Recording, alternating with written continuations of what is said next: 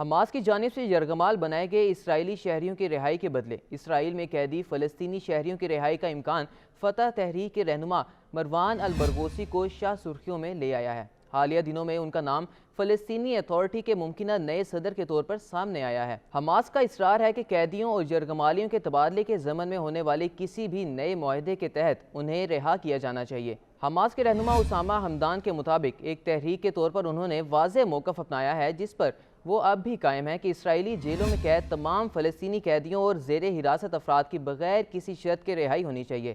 اسامہ حمدان نے مزید کہا کہ ہم اسے قومی مشن مانتے ہیں، جس بھی قیدی نے فلسطین کے لیے قربانی دی اس کے ساتھ برابری کا سلوک کیا جائے گا۔ ہم نے آپریشن وفا الاحرار میں بھی یہی کیا۔ اسرائیلی اخبار معاریو کے مطابق گزشتہ سال فروری میں اسرائیلی جیل انتظامیہ کو معلومات ملی تھیں کہ مروان البرغوثی متعدد طریقوں سے غرب اردن میں بدامنی پیدا کرنے کی کوشش کر رہے تھے اور ان کوششوں کا مقصد شورش برپا کرنا تھا۔ اس معلومات کے بعد مروان البرغوثی کو آفر جیل میں منتقل کر کے قید تنہائی میں ڈال دیا گیا تھا۔ اسرائیل کے قومی سلامتی کے وزیر بن گوئر نے مروان البرغوثی کو قید تنہائی میں رکھنے کے فیصلے کا خیر مقدم کیا تھا۔ فلسطینی قیدیوں سے متعلق کمیشن نے مروان البرغوثی کے ایک جیل سے دوسری جیل میں تبادلے پر تنقید کی تھی۔ بعد ازاں اسرائیل نے مروان البرغوثی کو رہا کرنے سے انکار کر دیا تھا۔ مروان البرغوثی نے اپنی سیاسی سرگرمیوں کا آغاز 15 سال کی عمر میں فتح تحریک میں شامل ہو کر کیا۔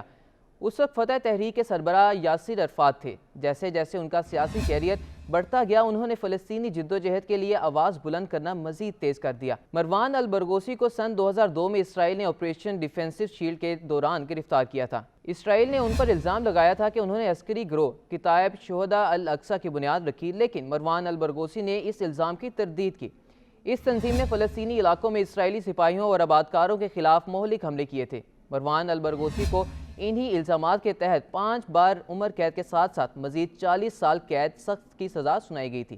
تاہم انہوں نے اسرائیلی عدالت کے اختیار اور اس کے فیصلے کو تسلیم کرنے سے انکار کیا تھا۔ مروان کی اہلیہ فدوہ خود بھی ایک وکیل ہیں۔ وہ کہتی ہیں کہ تفتیش کے دوران مروان نے اپنے خلاف عائد کیے گئے تمام الزامات کو مسترد کیا اور انہوں نے اس الزام کی بھی تردید کی کہ انہوں نے کتائب شہداء الاقصی کی بنیاد رکھی۔ حماس کے نمائندے اسامہ حمدان کا خیال ہے کہ البرغوثی کی ساکھ انہیں اچھی جگہ پر کھڑا کرے گی۔ اس میں کوئی شک نہیں کہ مروان البرغوثی جیسے انسان کی ایک انقلابی تاریخ ہے اور کچھ لوگوں کے نزدیک یہ انہیں رہنما بننے کا اہل بناتی ہے اور ہم اس کا احترام کرتے ہیں، لیکن بحیثیت ایک تحریک کے ہم نے اس معاملے پر اصولی طور پر بات چیت نہیں کی۔ ہمارا ماننا ہے کہ ہمارا موقف واضح ہے کہ فلسطینی عوام اپنی قیادت کا فیصلہ انتخابات کے ذریعے کرتے ہیں، جس میں وہ فیصلہ کرتے ہیں کہ کون ان کی نمائندگی کریں گے اور ہر کسی کو اس خواہش کا احترام کرنا چاہیے۔ فلسطینی اتھارٹی کے ووٹروں کے دسمبر 2023 کے سروے میں مروان البرغوثی مجموعی طور پر دوسرے امیدواروں کے مقابلے میں زیادہ مقبول تھے۔ حماس کافی عرصے سے مروان البرغوثی کی رہائی کی کوششیں کر رہی ہے۔